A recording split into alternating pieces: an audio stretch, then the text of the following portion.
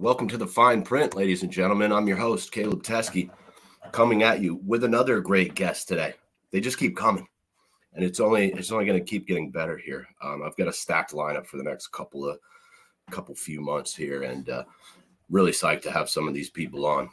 I do want to give a couple shout outs before we start to my last couple guests. Rob Skier, who just dropped his little single project, Loch Ness. Was Soul Child the other day. Always great to talk to Rob. And then I had Dustin Hawksworth as the CEO and founder of Fat Nugs Magazine. I thought that was a fantastic interview. And if you haven't checked it out, I'd really recommend it. Coming up, we got on Tuesday, I've got a Vermont dispensary owner, Christian Engel. I don't know if anyone else is going to be joining me. Maybe Jen will be there too. Then we're skipping Thanksgiving, but I got Nick Heilig on Friday. We're going to talk about his live art tour. That was super cool. And then on Sunday, we got an OG in the hemp game, Joel Bedard here from Vermont. On the 28th, I've got Tom, the ganja delivery guy, coming back. I got his stickers on the wall over there. That's Tom. And then on the 30th, we got Doughboy Farms here. It's a Vermont. I think they're a mixed cultivator. I'm not sure, though. I know they're doing indoor, but yeah. Little stuff we got coming up, and December and January are also equally stacked here. I got a banker finally, Peter Sue, who's going to come on the show. That'll be a good one. But today we're going to be talking about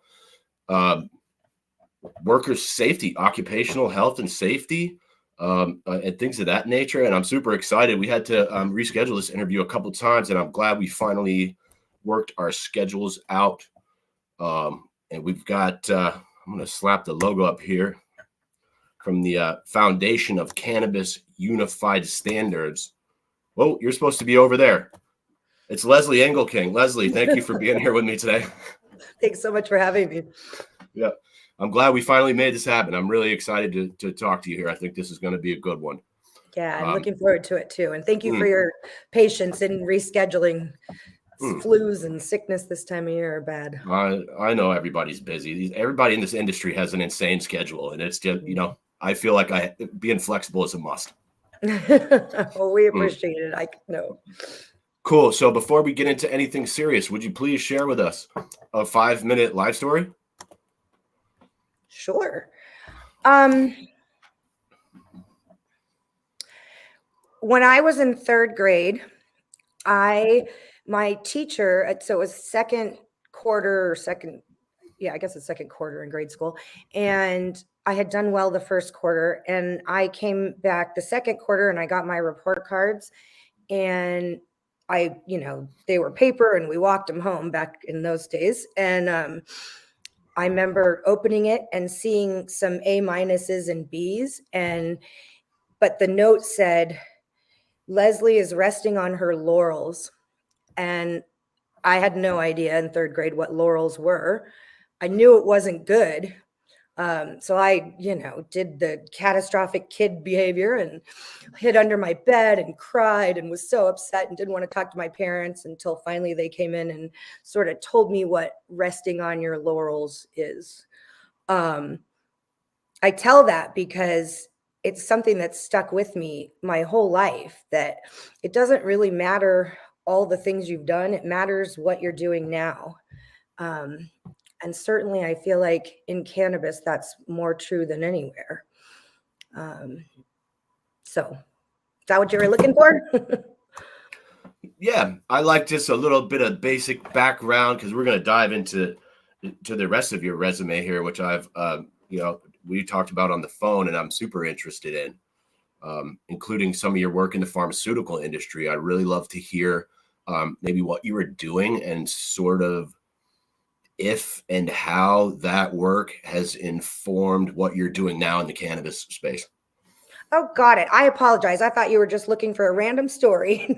No, that's, the background, where you went to college, if you went to college, shit like that. Yeah. Perfect. Yeah. I'm from Arizona. I actually was born in Illinois, but my family relocated out here when I was little. So born and raised. I went to Cal State Long Beach and ASU for university. I studied statistics and interpersonal communication, which I know is a little bit random, but They have served me both very well. And I love the combination because data has such a story to tell, right? But if you're not able to communicate it in the right way, it doesn't matter. And I think, my mom was the executive director for the Mental Health Association here in Arizona growing up.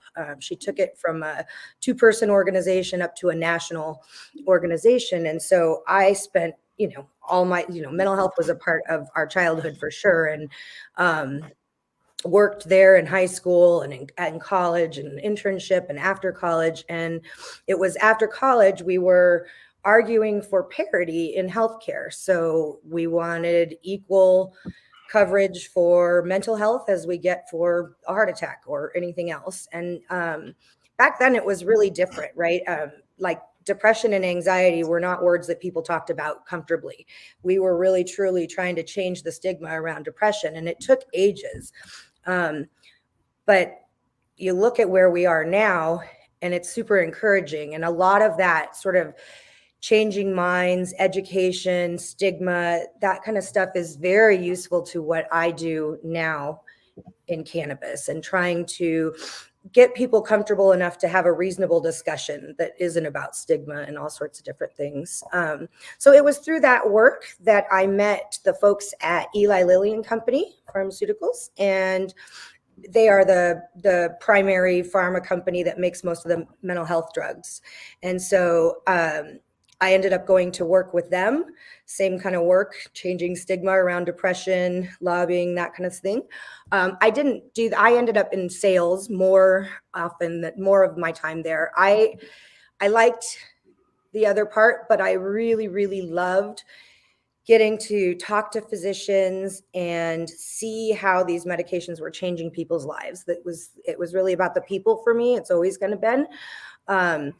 And so, yeah, so I learned a lot in pharma, but I also got trained exceptionally well. Lilly's known for having the best trained reps. And so it was something that we took pride in. And I certainly learned a ton from beyond my education about mental health, about pain management, addiction medicine, all sorts of things that sort of all translate into cannabis now. It's And weird. when you say mental health drugs, are you talking about SSRIs, that kind of stuff? Any of them. Cool. Yeah. SSRIs, SNRIs, antipsychotics. Any of those kind of things. Prozac was the first antidepressant, and that was made by Lilly. And if you're new to market and you're the first to market in any new category, you've got to educate and change minds. And so that's why I worked with Lilly, because we were sort of along those lines. I left Lilly in 2010 after Arizona had legalized cannabis for medical use. And I didn't leave because of that. Certainly, I didn't have a lot of experience. I always joke that like I smoked marijuana in college and in high school, and I inhaled. I'm willing to admit it, but it just never really became my thing. I come from a long line. The Bill Clinton. Yeah. Exactly. So I am willing to say I smoked it, but it just never really was my thing. And so when medical happened in Arizona, some friends wanted to apply for a license, and they wanted me to be the applicant because I had good experience working with the health department and the legislature and that kind of stuff already. And at first I said no, because I don't know anything about cannabis. But they sort of wore me down over the next few months by sending me all these different articles and information and stories about patients and how their lives have been changed and people moving across the country. And I just said, all right, I'm going to do it. I want to give it a try. Like, it sounds great. One of the things that really turned me off about the pharmaceutical industry was learning the sort of B2B side, managed care, pharmacy benefit codes, those kind of things, and just how much it's not centered around good healthcare. And I really loved the idea of something that was natural, that could really help people with ailments, but also just live better lives, that you're not putting pharmaceuticals in their bodies. And so what is a pharmacy benefit code? Can I stop you for a second? Sure. PBM, it's Pharmacy Benefit Management, PBM company. And So they are the ones that determine drug prices with insurance companies and pharmaceutical companies. There's a couple, three maybe, I think now in the country that are sort of the main ones, and they're in charge. So when you get into that kind of stuff, what you learn is, everybody, especially in cannabis, really doesn't like the pharmaceutical industry. Understandably so. They've got a terrible reputation and they don't do good stuff. I'm not defending it in any way. But when you start understanding the system and how it works, much like cannabis and the state systems and how they work, there's a lot more to it than meets the eye. And so insurance and pharmacy benefit management companies, it's a very, all I can do is just go like intertwined mess that doesn't have a lot to do with patients and helping people. So anyway, so we did apply for and we won the first license in Phoenix, Arizona, and everything's vertical here. So we had the ability to grow and manufacture and make food and have retail facilities. We had we grew really, really fast. We opened like 6 dispensaries in addition to all of our, cultivations and stuff. We did 6 dispensaries in less than 3 years. And every single thing we did for 3 years was like drinking out of a fire hose. It was the hardest time it was just unbelievable. I would sleep in my office sometimes just because there was so much all the time and it never ended. And I just kept thinking, this can't be the way it's supposed to go. I lived in London for a few years and I worked for a big manufacturer over there. I've traveled all over the world and the US, and I've been through so many different businesses and I'm like, this is not working right. This should not be this chaotic. And so I started kind of looking at why. And what I found is that state cannabis regulations, the way they have been developed is with a very heavy emphasis on third-party testing for health and safety, rather than adding any requirements for health and safety around the process and what they're doing. And so does the vertical licenses where you're at include a testing lab as well? No, testing is no. So Arizona, interestingly about testing, Arizona managed to keep testing, the industry here managed to keep testing out for over 10 years. And even now they're sort of in the process of rolling it out, but they keep extending the deadline that people have to be compliant and that kind of stuff. The problem that I was identifying, so if you're going to go test something, by the time you take that product to the lab, however it gets there and whatever, whoever takes it, the safety and the quality of that product is there by the time it gets to the lab, right? So you can't change it.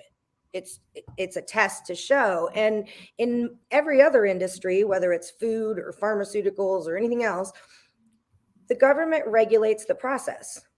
And then you do in-house testing to make sure that your processes are doing what they say and you're not having any problems.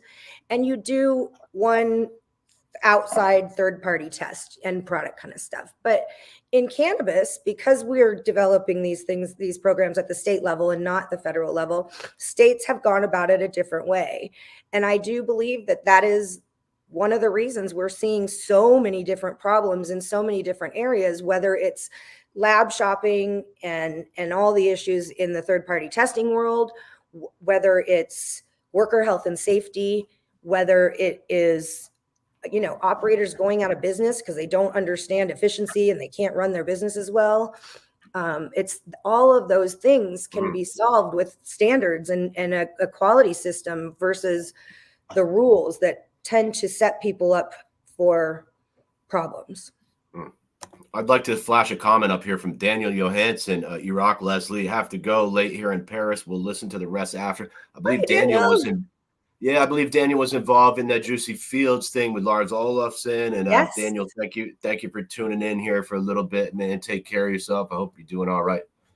Yeah, we're working with them on that and doing some support in the US. So I'm looking forward to seeing them next week at MJ Biz.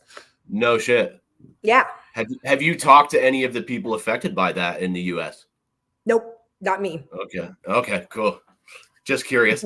And before we go too much further, I do want to look. I want to plug. I was hoping you'd tell us a little bit about your organizations here. Focus, the Foundation of Cannabis Unified Standards.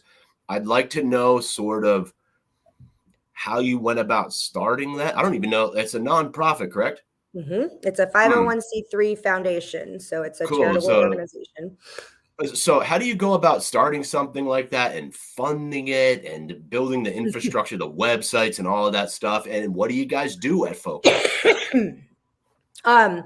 I had no idea how to do any of that. I literally was like, okay, I see a problem in the industry. I talked to all my friends that are business owners. They're having the same problems. And I knew we needed to write standards. And so I sold all my financial interest in that company so that I would be a truly independent third party. And I started looking at other business models. And I came across something that happened in the 80s with the heroin epidemic.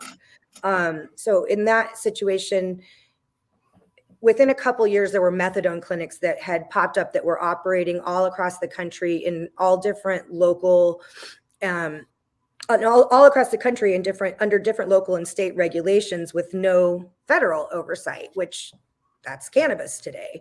And in that situation, the only thing that really was different was that the federal government was actually willing to do something about it and take some action. So in that situation, the Department of Health and Human Services contracted with the Institute of Medicine to do a study to figure out the best way to regulate these methadone clinics. That study came out and said they were looking for one organization that was a 501c3 nonprofit that would serve everybody, local, state, and federal, that would write consensus standards, provide training, and third-party certification for the methadone clinics. Flash forward a couple years, that turns into a federal request for proposal, and the organization that answered and won that RFP is called CARF. It's CARF. It stands for Commission on Accreditation of Rehabilitation Facilities. And they're still providing those services nationwide today. They do it globally as well. And so when I came across that, it turns out they're in Tucson, which randomly, and I did some digging for quite a while, and I finally ended up connecting with the folks that answered that RFP and wrote their program for CARF. And they were kind enough to mentor me sort of through the process and help me figure out how to do this for cannabis. So everything I've done since day one has been designed to build a solution for the government to regulate cannabis. I've made sure that we don't have conflicts of interest, that we're a nonprofit, that we do consensus standards and certification and training. And so that's how I did it. I used the money that I got from selling my shares in the cannabis company and my 401k to start Focus because I didn't want to take investment money. I was worried if I did, it would jeopardize the integrity of us, right? We're this third party independent. We don't have a financial stake in this. And that's important to us because we need to be trusted by everybody. We can't be working with a horse in the race, Yeah, I do know, and that's sort of how I feel about what I'm doing a lot of times. Some people, it's true. And part of the reason I appreciate you guys so much. Well, some people have offered me money. I'm like, I feel like you might end up in my crosshairs one day or something, and this could be a conflict of interest, which seems to arise very quickly in this type of work, honestly.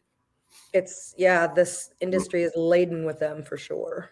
Okay, so I also want to ask you about CARE, the Cannabis Averse Risk Events, a division of Focus, which I believe you mentioned the website is not up or fully functional yet or something, but you wanted the website's actually up. We just haven't done a formal launch for it, but the website is focuscares.org, all one word. And this is this is actually something that I put together after the Cannabis Regulatory Association or CANRA meeting this summer. I attended in June and was just really disappointed because 2 full days of sessions that they planned, and there wasn't a single discussion around worker health and safety, despite 2 workers in cannabis dying since their last meeting. And can you, before we get into this, for anyone who's listening who might not know what CanRA is, could you please explain that and tell them what CanRA does? sure, CanRA is the Cannabis Regulators Association, and they formed a few years ago, and it involves all the, like, it's like head fed, but the main regulators for cannabis programs in the state that get together, talk, compare notes, which is great. We want everybody learning from each other. They have 2 meetings a year. One is stakeholders, so they invite groups that represent national interests, not licensees, and have a 2-day meeting to kind of talk to the industry about issues and that kind of stuff. Yeah. So you went to an event of theirs, huh? Yeah, so this was their 2023 stakeholder meeting. The other meeting that they have is just for the cannabis regulatory community. They're the people in charge. And then the stakeholder one is in June. And so I went to this in Maryland. And it was a great meeting. And I'm not picking on CanRA. I don't understand why it keeps me up at night all the time, but there is this overwhelming lack of interest in protecting health and safety in this industry. And I'm not sure if it's because there is not a great understanding of the industry as a whole yet, or what, but it's really upsetting that the folks that are there to protect public health and safety and be public servants aren't talking about this. And I, as Focus, because we're a nonprofit, I mean, our mission is to protect public health, consumer safety, and the environment. And while we don't work directly with patients and consumers, we get calls from them all the time. And ultimately, that's who we're here to protect and support. And so it just, after going to that meeting and not hearing anything about it, and then hearing from so many different people what had been happening, and different stuff that they would report to states and then never hear back, right? They file a complaint online, and unless it's about compliance or diversion, nobody cares. If it's a bad product, yeah. So yeah, this was just kind of my response to it, and it's sort of growing. I haven't formally launched it because we've got some other folks that want to put some resources up and stuff like that, but the site is live. We've had a few people find it and report on their own about problems, and the whole idea is just to really create a safe space for people to share their story. We're not going to turn this data over to states, that right now that it's really about creating a report. And so we'll do a quarterly report, an annual report, and we'll probably do some monthly, like, top 3 stats kind of thing as we go forward. But these things are happening. They're not being recorded. And I think that's one of the bigger mistakes that we've made in cannabis, in legal cannabis, is not requiring outcome data and feedback from patients and consumers and those kind of things. So my hope is this will help with that. Is this similar to the thing where if you get a vaccine and you have a negative side effect, you can go report? I can't remember what the fuck that's called. I don't know what it's called either, but I think knew it's called Veris. Yeah, that's the company. Yeah, that is. Yeah, so sort of. It doesn't have to be product related. It can be worker related, right? If you're scared to go to your employer and complain about an issue that you're having, or if you have gone to your employer and they didn't care, where do you go then? If you go to the state, they're not going to help. So it's just a matter, it really can be any adverse event. It can be product related. It can be situation with your employer. It can be a situation with a regulator. We're just really wanting to collect the data and share it so that we can learn from it. Now, I'm curious if OSHA is involved in any of these regulations. I feel like that's like a federal organization, and maybe there might they might not be able to get involved. But I'm curious if you know anything about OSHA's involvement or lack thereof in the current cannabis industry. Yeah. So OSHA is federal, so they are not doing what they would normally be doing for cannabis right now. But that doesn't mean that cannabis businesses with more than 10 people don't have to meet OSHA requirements. They still do. That's the law. Any business does. The other part of that is state OSHA. Every state has its own OSHA department, and so they are definitely involved.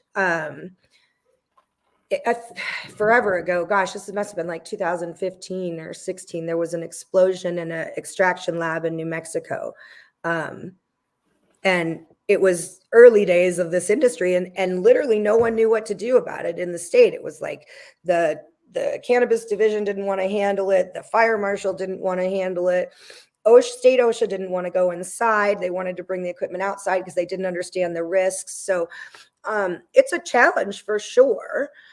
But I think that part of the challenge, part of the reason we're having so many issues with worker health and safety, and we're seeing deaths and things like this and so many different people complaining, is because the state regulations for cannabis don't call out worker health and safety. They don't include the requirements for OSHA, which again, they're out there. They're not impossible to cite. I will say that just because OSHA covers so many different areas, there's so many different kinds of businesses and that kind of thing, that when we were developing the standards, it was tough to pull the OSHA requirement, right? Because it's like, well, what do we need for cultivation? What do we need for manufacturing, retail, lab? And they're all a little different. So, but we did include them in our standards. So since 2015, they've been available for states to reference or use how they want to. And I did want to shamelessly plug your other website here. Hang on, we got the Foundation of Cannabis Unified Standards. It's focusstandards.org is the website. I wanted to slap that up here too before I forget real quick. Sure. And now I do want to get to these deaths. I was trying to save that till the end. That was going to be my big closer. We could talk about something else. Yeah, well, I got some stuff in here I just want to get out of the way. You made a couple comments on the phone that I was really curious about. You said maybe you felt like the regulators are not doing a good job, in your opinion, and that they're supposed to be protecting people, and they're not doing it. And I'm curious, maybe in what ways they're not doing it, and maybe if you had any suggestions for things that they could do to, help protect people better. Yeah, I want to start by saying I don't think regulators don't care, or I'm not here to pick on regulators. This is a new industry, and we are all learning as we go. And I think for that very reason, it's critically important that we're working together and sharing our knowledge and getting better together. One of the things that I see as maybe the single biggest problem with cannabis legalization today is the fact that no stakeholder groups were identified and prioritized up front. And so when we're writing regulations, what's the goal of regulation, right? Like, yes, they're there to put guardrails around businesses, but ultimately they're there to protect the public and consumers and that sort of stuff. And I don't think that cannabis regulations do that effectively. I think part of it is the stakeholder group, and what we've seen since the founding of CanRA, the Regulators Association, is really that they've become their own stakeholder group, and now they're advocating for and lobbying for their position in what they want in this industry. And I think, again, this is meant to be for the people. It's not meant to be for public servants that are there to serve, right? And so it's one of the things that really concerns me as we move forward on the federal level, is like, we've got to get these stakeholder groups out there, identified and agreed upon, if we're going to do this, because otherwise everybody's got a different intent of where they're trying to go. Well said. It just, yeah, I just think overall it's a big issue. And it's, businesses are important, but where do they fall in the priority of everything? And the first thing has to be health and safety. And instead we've kind of skipped past that. I'd like to ask you about this other event that it sounds like you attended with SSDP and NCIA and MPP and CFCR. I'm not sure what CFCR is. I'm going to guess that's a Council for Cannabis Reform or something like that. Yeah. You said you went to a couple-day event there, and I was curious how that went. I did. I don't know. Did I include someone else's notes? Maybe. I don't think I did. I'm going to MJ Biz next week, and it's the first cannabis conference I've attended in a very, very long time. I spend most of my time in the regulatory world these days. Maybe I fucked that up. There was something about a woman from the CDC. Okay. We'll circle back to that. Okay, cool. Yeah, something. Fuck. Nice work, Kim. No worries. One other thing you said to me on the phone, hopefully this was from you, but you said that the data that is coming out isn't showing public health officials what they want to see, and maybe they're ignoring some of those results. Yeah. So, and it's not necessarily what the public health officials want to see as much as what they need to see. So every state does an annual report on their program, and what they're reporting on is how many patients in the medical program, how many patients in the adult use or consumers in the adult use, how many ounces or pounds were sold, how many this kind of thing, how many licenses there are. But all the testing data that comes through, all those failures, all the recalls, all the returns, nobody's posting that kind of stuff. We don't hear about it. And if people are going to make an educated decision about this, we need it out there. And I understand why it's not. I mean, from the beginning, it's like they wouldn't have known what to report in the first place. So it probably didn't start that way, but we're a decade into this experiment, right? And that data is there, states have it. And I feel like there's a real problem with transparency between what states are willing to publicize and what we hear. And I've definitely talked to some other journalists that have told me that they're having trouble getting responses to FOIA requests and things of that nature, which is disappointing to hear. It's crazy. And there, I mean, I can think of 5 states that we're working in today that are all having issues because the regulators didn't follow their own rules. It's like they write all these crazy rules that they expect cannabis businesses to follow to the letter.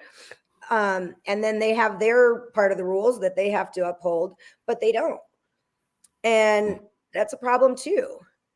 But there's nobody watching them. There's nobody overseeing it, right? I mean, these are typically governor-picked, appointed people. So the governor would be the boss. And in the case of Vermont, our governor doesn't particularly care about cannabis.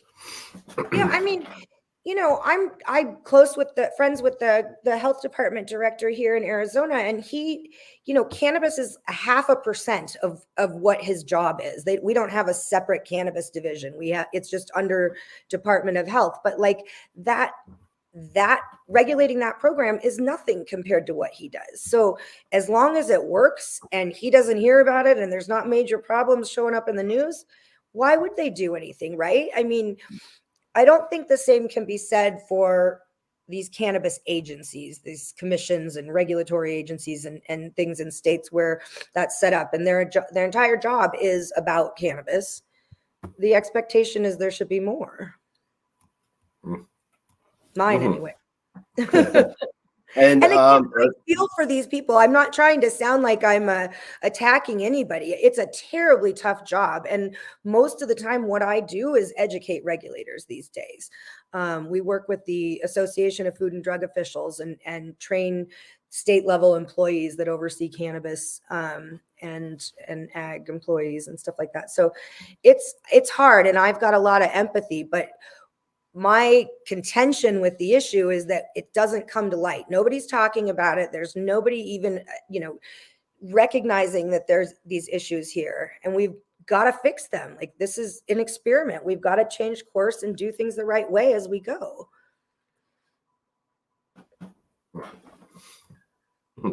I agree, and it seems like they're, I think you said, a lot of these regulations are written wrong, and I agree with you.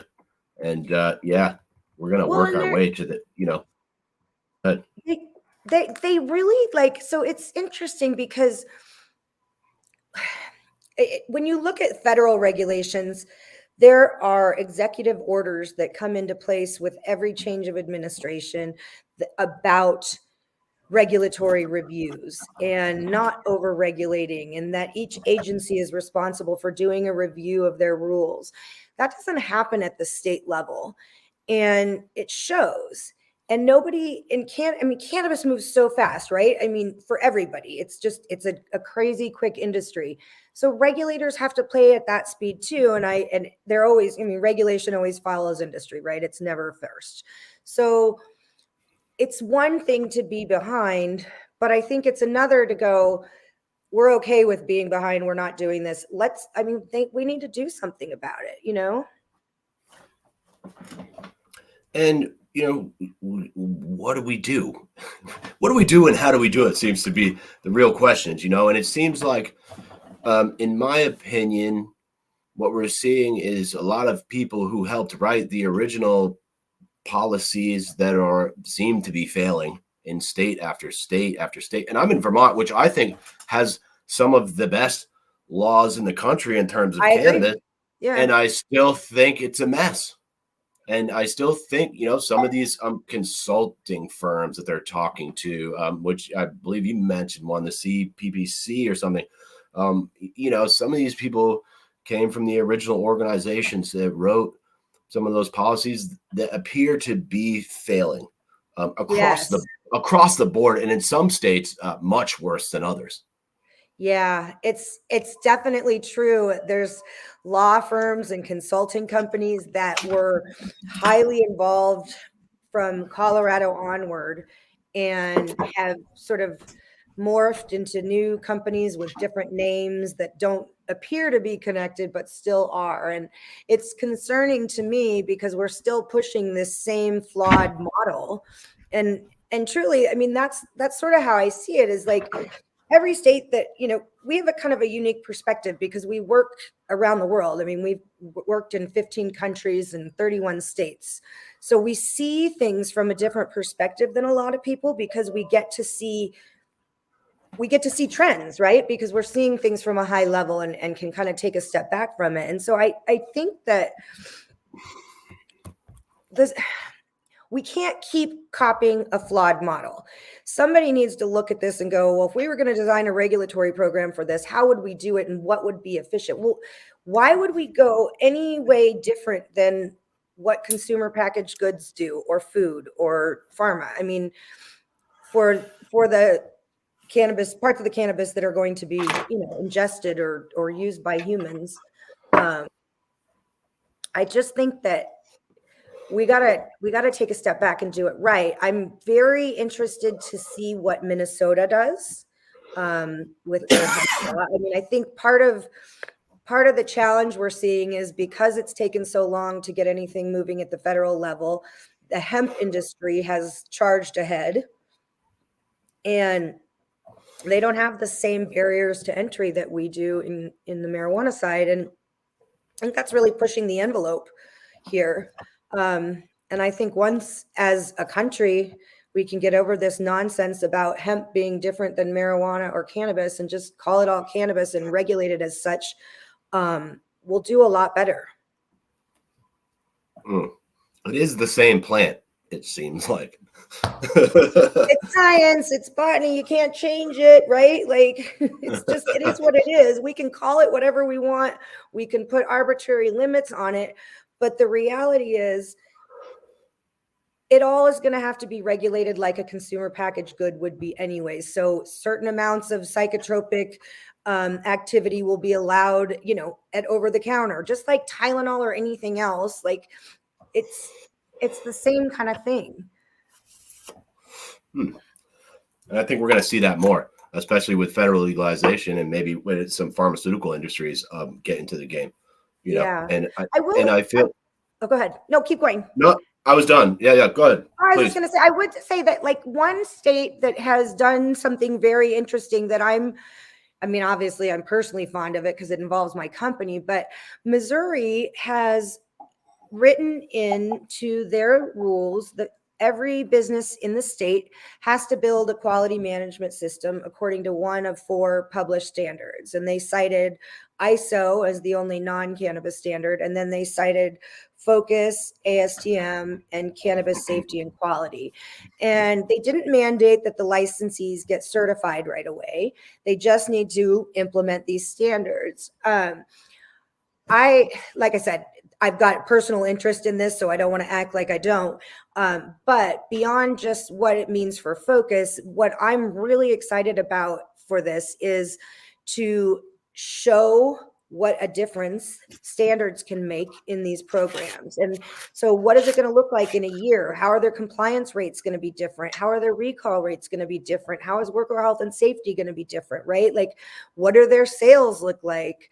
And it's an interesting thing in Missouri because they've got a ton of other regulations, and normally you would say meet the standards, we're not going to add all this other stuff on top.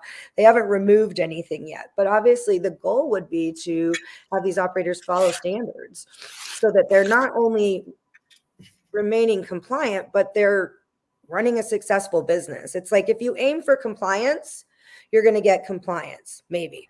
But if you aim for quality, you get compliance with it.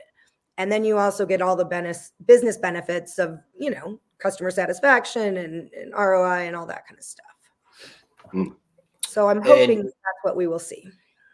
And I feel like you mentioned that there was a little hiccup where they had these medical rules up until January. And then when adult use passed, they issued some emergency rules and started pulling products that were previously legal. Is that accurate? Yes, that is all accurate. So it's actually an ongoing situation. It happened August 2nd. So it's crazy that it's been 3 months and it's not resolved. But yeah, so there was an operator or a licensee in the state that was using THCA from hemp and converting it into Delta 9 and using it in their products. It wasn't illegal under the old rules. And then under the new rules, it says that all cannabis has to be grown in the state of Missouri. The reason there's some questions and contention around it is, and this is a good example actually of states sort of not knowing how to step back from regulating. In Missouri, they approve every SOP. So you write your standard operating procedures and your policies and you give them to the state and they review them and they ask you questions and then they go, okay. And so in this particular situation, all their SOPs said specifically that what they were doing, they weren't trying to hide anything. It was very transparent. But then when the state changed the rules, they came in, August 2nd from July 30th and said, and shut them down. It's interesting because these products all did pass testing. And even in the 3 months since the state has done an administrative hold and then a recall on them, they've never bothered to do any testing for health and safety. They just tested potency to see what's in there. And so it's like, well, why are they upset about this? Are they upset because it's not safe, or are they upset because it's a compliance violation? Because if it's about safety, they would have run more safety tests, right? They would have seen what's in the product. And interesting, it was like 60,000, 62,000 products or SKUs that were recalled.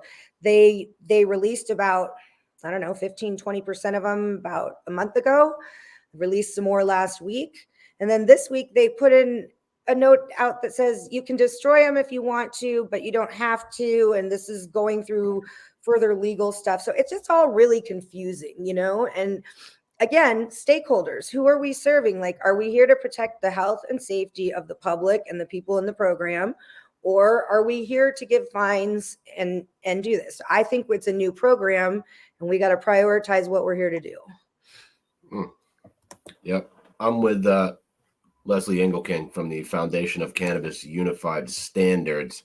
I did want to tie in something else with this, which was metric. It sounded like you were trained on metric, and I'd be curious what that involves and sort of how you feel about I've never used metric. I know a lot of other states we haven't got that here yet, but I'm curious, what your experience has been with that. Um, I want to preface by I'm definitely not a metric expert by any stretch. We get involved with metric a lot because as we're trying to implement quality systems with clients, they're required to use metric in so many states. But yeah, I have some problems with that software system and a lot of the software in cannabis because I think seed to sale is a misnomer, right? And like it's like they say they're controlling things and they're not. And I think that metric causes so many problems because the software isn't better, because the functionality isn't there. It literally just killed these operators, these licensees, and they're spending so much time on tracking stuff that they can't even spend their time making good products. You know what I mean? It's like, where's this in the room? Where do we move it? Is it under the counter? And it's like, if you've got people that are only worried about all that stuff, your business isn't running right. You're not worried about making good products, about being efficient, about doing the right things. You're just worried about that. I also think that metric really, to me, and this is just an opinion, what it looks like to me, but like clearly they want a federal contract. And so they're trying to get as many state contracts as they can right now, rather than trying to improve their software so people want to use it, right? And I think that it wouldn't have been the direction I went. I think that they need to be putting their time and energy and resources into improving it if it's going to be the system. But ultimately, I don't think it's a system we're going to need. And if you ever want to talk to a great guy about that, hit up Ron Durbin down in Oklahoma. I don't know if you ever talked to Ron, but he's got a bunch of lawsuits going against metric, I believe. There's a few. There's a group, an attorney out on the West Coast too, that's doing some lawsuits there that I've been talking to. I try to help people when I can. We have a unique perspective, like I said earlier, so we see a lot of stuff. So if I can kind of, share some information to help the industry get better overall, I will. We don't get involved in any of the lawsuits. I'm not a litigious person and I don't want to spend my time that way. But if we can support, we always will. There's a couple more quick questions I got before we get to the Lorna McMurray stuff. But there was another company you mentioned called LeafLink, and I was wondering if maybe you could tell us about LeafLink a little bit.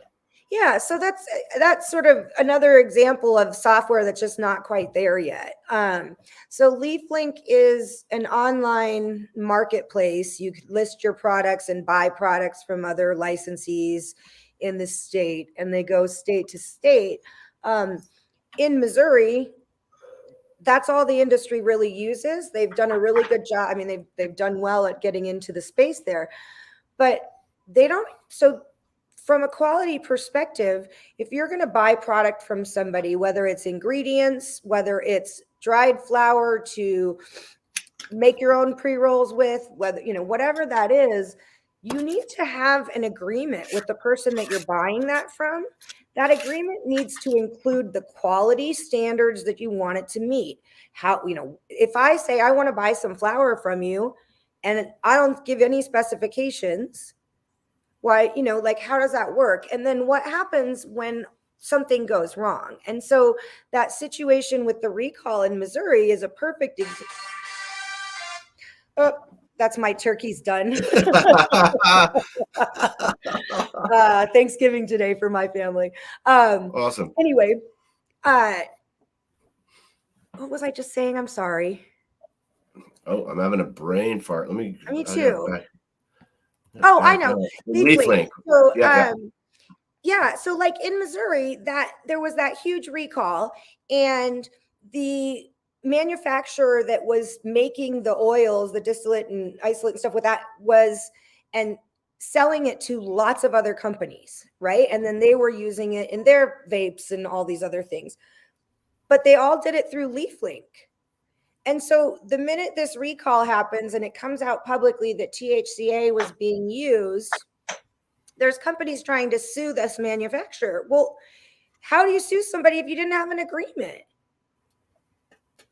Nobody, I mean, so literally every operator in Missouri buys things and sells things to each other from each other without any kind of supplier qualifications, without any kind of contracting. And it's like, well, of course that's going to be a problem, right? I mean, that's just not how the world works. Yeah, you're selling maybe a still sketchily illegal kind of gray area product without a contract. I mean, what could possibly go wrong? Yeah, and it's like from a compliance standpoint, the states don't care because they can see what's happening and it goes into metric or whatever. But from a quality perspective and from a let's run this industry well and right, it's not the right thing to do. But yet people are paying a lot of money for this software every month that's literally getting them into more trouble down the road. Like it's just a matter of time where it will become more of an issue. And so that's kind of what I'm saying about the metric and LeafLink and all these is like, I think that what happens is they come to market and then they don't do enough post-market feedback to improve, right? And it's not that they're bad or not trying to, but it's like they really need to listen to some of the angst that's being caused by all this. Or maybe they don't care. No, they don't. That's the other option. You know, maybe they're not listening or maybe they don't care. That's just so true. Yeah. I always operate from a place of like everybody cares because I care so much. So it's always a slap in the face when someone's like, yeah, but whatever. And I'm like, yeah, you're right. They don't. And people don't care. So can only do it so much. And the last one I got is about Kentucky. You mentioned something about Kentucky regulating synthetics, perhaps. And the governor's office passed it and it wasn't done. And maybe you guys went back and did some work on it. We did. Yes. So Kentucky passed a law to regulate hemp-derived cannabinoids and synthetic products. They're calling it their medical cannabis law, but it's hemp. And yeah, they had just reached out about wanting some feedback. We do a lot of like regulatory review and feedback for states if they are going through the process and they just want us to read through and kind of highlight what might be problematic. It's, it's not a big job for us. And so we always do that when we can just to help. And so the gentleman in charge of the program in Kentucky is someone I know from our work with the Association of Food and Drug Officials. And he reached out. The regs kind of got out ahead of them. They weren't meant to be pushed through as fast as they were. And so he wanted us to review them and just look at health and safety issues and that kind of stuff. As I understand it, in the last couple of weeks, I think those have been changed again. I think the U.S. Hemp Authority was in there in the state with them working on them. So I don't actually know what they look like now. But that's always kind of the challenge too, right? Is like you can come in and put all this health and safety stuff in there, but then industry is going to come back and push for what they want behind it. I think that brings us back to the whole like very much need to prioritize stakeholder groups because if you know who you're serving, it's not a problem. Word up. All right. And I feel like I saved this for last because I this seems right up your alley. And I've been following, the Lorna McMurray story. I believe that's where I saw you the first time on the Young Jerks there talking about that. And that's how we ended up connecting. And, that was at a True Leaf factory in Holyoke, right? Yep. And the other one we just saw recently here. And I just want to do a quick screen share on that one if anybody is interested. This is the Lorna McMurray story. There's a lot of them out there. Mike did a bunch of shows about it. I've also talked to her sister, cousin, or Alicia. And then the other one is this GTI story, and I want to flash that up. This was in Illinois, I believe, at Rise or something. One of the GTI. Yeah, and this was an older woman, Julie Devaney, I believe is her name. She's a 60-year-old woman. And this seems to be a hot issue right now. And honestly, to me, it kind of blew my mind. Like, how does somebody die at a weed factory? Nobody dies from weed, right? But maybe we could start with the Lorna McMurray story. I mean, it sounds like also a couple months before she died, she was pulled out of the same factory in an ambulance. And yeah, go ahead, Lezli. I'd love to hear your thoughts. It's terrible. It just, she's somebody's daughter and sister, and I mean, nobody wants to see lives lost in this industry, and certainly not. People don't want to send their kids to work and think that their lives are being put at risk, right? So we got to do something about this, or we're going to have a big problem. I think part of it, I'm trying to think about how to. So there's a lot of different things, but again, I think most of it comes back to regulations and not having health and safety requirements within these regulations. If you think about a cannabis company and all the rules that they have to follow, and I don't know if you've ever been involved in application licensing or any of that kind of stuff, but it is an insane amount of work. States expect you to make every decision about your business well before you're ever actually in business, and then stick to those things. And if you've got, I mean, cannabis is so overregulated. They've got so much to think about. If it's not listed in those regulations, businesses aren't used to thinking about it, right? I mean, if you've got 500 pages to read through, you're going to do what's in there. But if there's nothing in there on health and safety, these folks don't know that. They're not experts in this, that they need to do that. And so again, that's why the rules need to change. That's why we need to include some of these regulations. But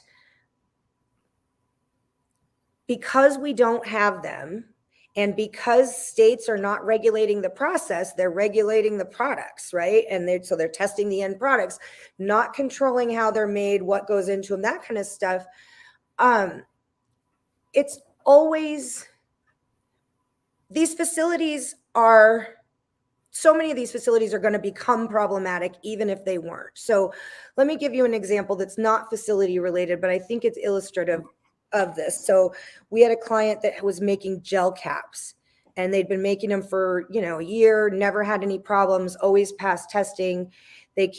All of a sudden they can't get a lot to go through. Every batch that they send over cannot pass testing, and they can't figure out what's going on. They've checked everything, so they call us to come in. Well, the tiny little thing, they just didn't clean their equipment with the right solution, and it was enough to throw their test off. And these bills for months, it cost them so much money. Wow. So there's all sorts of little ramifications that can happen like that. In this situation with these facilities, what I think is happening is that regulations do not mandate the process, and people are not cleaning facilities well. Things build up, right? And even if you can't see them, they're there.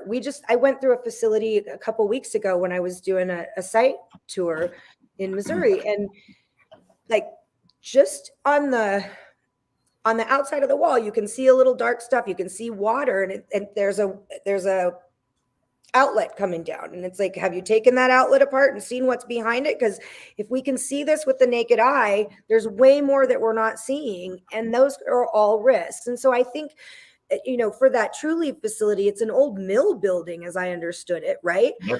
Correct. Yes. One of the things that states don't make people do is validate their processes. So they say, oh, we're going to do this, but they don't ever make them prove that it works. And so I think a lot of these facilities get retrofitted and construction happens, but it's not food grade. It doesn't have, the surfaces are not able to clean like they're supposed to be, or people aren't using the right chemicals, or they don't have the proper ventilation. And these are just things that, again, we've got all these rules, but not the right rules. Do you think there's any, maybe I don't know, use of pesticides in any of these facilities, or weird? I know a lot of people using Zero-Tol indoors, and I don't know how those affect humans, but I've got some suspicions that breathing in pesticides all day probably isn't great for you. When I was running the cannabis company and in our grow, this is a long time ago, like, and we would call it cultivation cough. Didn't have another name for it, but all our cultivation employees would get this and cough. It's there. It happens. This is a real thing. People are, I mean, and you'll see it when you see people talking about it on social media. And then there's other people sharing their stories about their allergies and stuff like that. The thing is, this industry, we have to stand up and say, this is how it is. What are we going to do about it? It doesn't mean anything that there's risks. There's risks in everything we do. It's about controlling them and understanding them. And for some reason, you know, I'm sure it's partially about coming out of the shadows and stuff. But again, this is why transparency is so important, because we've got to learn from them. And in these facilities, though, in both the Massachusetts and Illinois situation, both employees had complained previously, both had been moved, and nobody had been screened up front for any kind of medical conditions. And again, that's a basic screening that businesses are supposed to do under OSHA rules, but nobody's doing it because nobody's following OSHA. Interesting. I didn't know that. That's an interesting tidbit there, Lezli. Yeah, I mean, well, and you think about it. So if you have somebody and you screen them up front, don't hire them in your grow. Put them somewhere else. Put them in your retail. Put them in your manufacturing, right? Like that's what I just said to my girlfriend earlier. She's like, "What the fuck?" I was like, "Yeah, why don't you just not put them in the grow?" Well, and instead, when this stuff happened, instead of moving them out of cultivation altogether, they moved them to another part of cultivation that's like next door. So from a dust perspective, it's not going to change much, right? It just,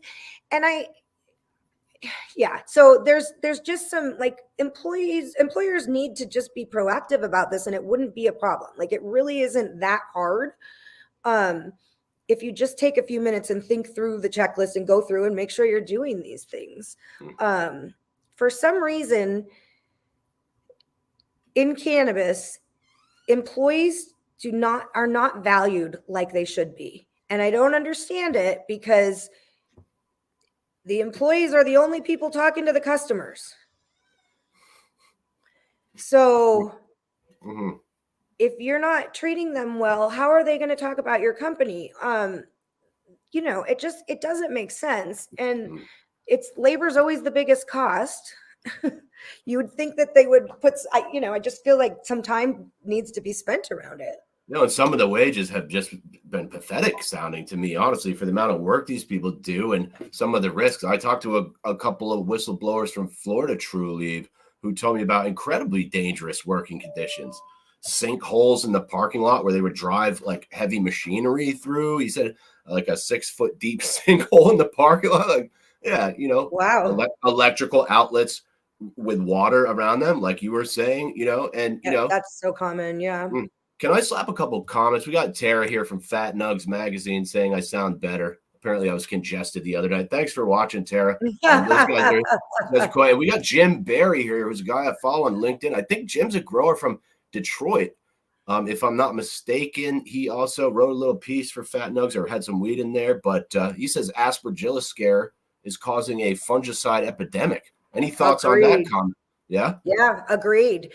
I think, again, all these things that are happening are connected because we're not controlling the process. If we understood what was happening as these products were being made, we could understand why we're seeing the things that we're doing. But because we're not, we don't see it. And it's like hyperemesis syndrome, cannabis hyperemesis syndrome, whatever. Like, there's aspergillus is definitely a risk, but inhaling pesticides is also a risk, and we don't really know what that's caused. And so what I see and have a concern about is people making decisions about what's causing things without actually understanding the true underlying reasons and doing that. We're just kind of jumping to conclusions and moving on, but like, we don't actually know what happens in these facilities because nobody's tracking it. I mean, Focus probably has more data on that than anybody, just because we've worked with quality so long in this space. But it really is. it's not a big switch to start regulating the process. Mm. But people have to be willing to switch from this overprotective, stigma driven, we got to control this and know where everything is every second, to this is an ag crop, right? I mean, it's like corn. It grows in the field, and until it's harvested, it's regulated by USDA. It comes out of the field, and depending on where the end product ends up is who regulates it. So if it's corn and cornmeal and corn flakes and corn tortillas, it's FDA. If it's downstream penicillin from this, it's FDA for the medication side. If it's ethanol, it's EPA. It's, I mean, it's not hard, but the problem is everybody is still so wrapped up that it's cannabis that they can't get beyond it. But nobody cares about regulating corn. There are no regulators, being a stakeholder group for corn. I bet I could find you one. Well, there may be, yeah, I know. But you know what I'm saying? Like, it's not, there's still Tom Vilsack. there's still such a stigma that this is so scary. I mean, and you think about hemp and hemp getting legalized. Why did that happen? Well, hemp is marijuana without the scary.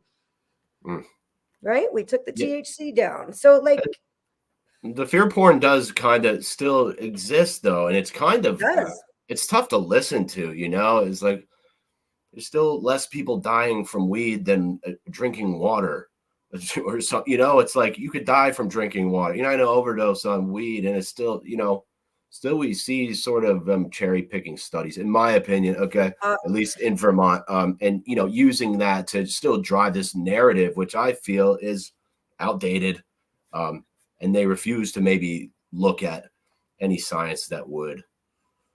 There's so much junk science coming out now that Biden opened it up a little bit and is allowing more research. It's unbelievable the junk that's coming out, and most people are just summarizing old data, which we know was all designed to look for problems. So the outcome data is not what it should be if the study had been designed properly in the first place. It's the other concern I have around data that I think is like, the federal government has to do something. Okay, so you're going to open up data so that we can do all these studies. How are you going to, like, what's the plan to make sure that the government knows what these studies say? Is there a database that we're building? Who's reviewing them? Who's deciding what's good science and bad science? Why are we doing all this research if we don't have a plan for what we're going to do with it? It's like, and it's happening because we're being given pieces of crumbs from the government, right? Like, they don't want to legalize it, but we'll do this, rather than going about this as, how do we best approach this? Who's reviewing the science? That's a great question right there, Lezli. And, I think brings about, the peer review process, which, it's a good process, but let's be honest, some of the people peer reviewing that shit are just your friends. I went to science school. Sometimes it's just your friends looking at your work and they're like, that's good work. Yeah. Yep. Which is odd. It's not supposed to be like that. And most people don't know how to pick apart a study. They don't know how to critically examine data. That's one of the reasons that I love my background, because I can look at studies and understand the intent and what's happening without somebody having to feed it to me in a conclusion. It's important because a lot of these studies are really poorly designed. But the media picks them up and shares them, and now the world thinks it's true. And it looks to me, I agree. I think you sort of hinted at this earlier, but you said they're looking for problems. It seems like a lot of the studies that people try to get funded that are looking for positive effects get shut down immediately. A lot of the ones that want to prove psychosis or like suicidal ideations and depression, they can get funding for that kind of stuff. And it does seem like they're designing studies specifically to find negative effects to sort of historically that's what they were always doing, right? I mean, NIDA is National Institute on Drug Abuse. It's not drug use. And so that, that makes sense why it's always been like that. I think truly until they're allowed to study cannabis using the materials from dispensaries, it doesn't really matter. I mean, I honestly, the fact that we can't test and do studies on the stuff that's actually being consumed by humans is crazy. And I'm also told that all of the research materials, if you are lucky enough to get any kind of research approved, it all comes from like one school, like the University of Mississippi. Yeah. And that seemed odd to me. They're just sourcing all the material from one. Yeah, kind of I mean, that's been there for decades and decades. And there's a psychiatrist in Arizona that actually, Sue Sisley, that sort of fought to get that NIDA monopoly changed. But there's been some progress. I'm trying to think of the details, but you still can't, I know for a fact you still can't study dispensary weed. And again, this is what 70% of Americans are now using or trying. So why would we study anything else? And if we have all these Americans trying these products, why aren't we collecting any outcome data? Like, how hard is it to do that? They do it in bathrooms at the airport to see if they're clean enough. It just isn't that hard. This isn't rocket science. Let's ask them questions and write down the answers. Well, you know what I'm saying? Like, if we cared about these outcomes, then we would put an iPad that you could put yes or no on this when you leave the dispensary or you come in the dispensary. Like, it's just, there's so many ways that we could be making this better, quicker, and we're just not. I'm going to slap a couple more comments up here. This is Tara again. She said, Jim is our Fat Nugs home grow contributor. Thanks for talking about this. So relevant and important. Thanks for watching, Tara. And then she said also, Oregon aspergillus data and lawsuits are out and readable. And I do understand that it seems like they just, because Oregon was one of these states that tried to do like zero limit aspergillus testing or something, right? And then they just recently suspended that. Is that correct? So the growers got together and pushed back and said, this is not realistic. Like, this is an agriculture environment. There's soil in here. There's going to be some. And so the state pulled it back. I don't know what the right answer is. I mean, I am someone that has a compromised immune system, my lungs and stuff like that. So I end up, if I get sick, I end up in the hospital, if I get any kind of stuff like that. So I worry about that stuff. And I didn't use cannabis before, but I certainly do now. And like, it concerns me from that standpoint too. But I think the point about fungicides and pesticides is important there too, because are you passing your aspergillus test by using pesticides that are going to be inhaled? Because I'd rather have the aspergillus. We don't know what the pesticides are going to do, right? I mean, I don't want either of them, but like, so this is what I'm saying though, like, until we know what's happening in these facilities and the stuff that people are doing, we can't figure out what's best. I just want to send a shout out to Trent Hancock, because I feel like he's made some really. I love Trent. Yeah. I'm looking forward to helping them with their small business association or craft cannabis thing. I think it is such a critically important piece of the future of this industry. If we don't do it, it should have happened 5 years ago, but if it doesn't happen soon and get some traction, I think we're going to be past the point of no return, unfortunately. Word up. I'm looking forward to getting Trent back on the show. I think he's going to come back on. Look, I got one more question for you. And before that, let me just do a shameless slap here. Lezli Engelking from the Foundation of Cannabis Unified Standards. Also, another shameless slap for the Cannabis Adverse Risk events. I want to ask you, the last question I have is about remediation. I had the guys from Willow Industries on, Carly Bader. Sorry, I shouldn't say the guys. It was just her. But they do ozone remediation. I've also been talking to Matt Brocksterman at RadSource. They do X-ray remediation. I've also been talking to, what's the other one? An RF company. They do radio frequency remediation, which I didn't know this stuff even existed until I went to MJ BizCon last year. And then I found out, and that one was kind of a shocker to me. And I'm curious to hear your thoughts about this kind of technology and its implementation in the industry here. So that technology would not be necessary. None of it, not any of the three, if people were controlling their process and following standards. So the reason remediation happens is because things didn't go well the first time around. What nobody seems to understand, these licensees that buy these expensive machines and run these processes and hire somebody to run them, is all the extra cost involved. Like, wouldn't it be easier to just grow it clean the first time? But you can't do that without controlling the process, and following the regs is not controlling the process because they don't regulate it. So it's, but what do I think of these? I think it's horrible. I think that they should not be allowed without a big warning on every product that's got anything remediated in it.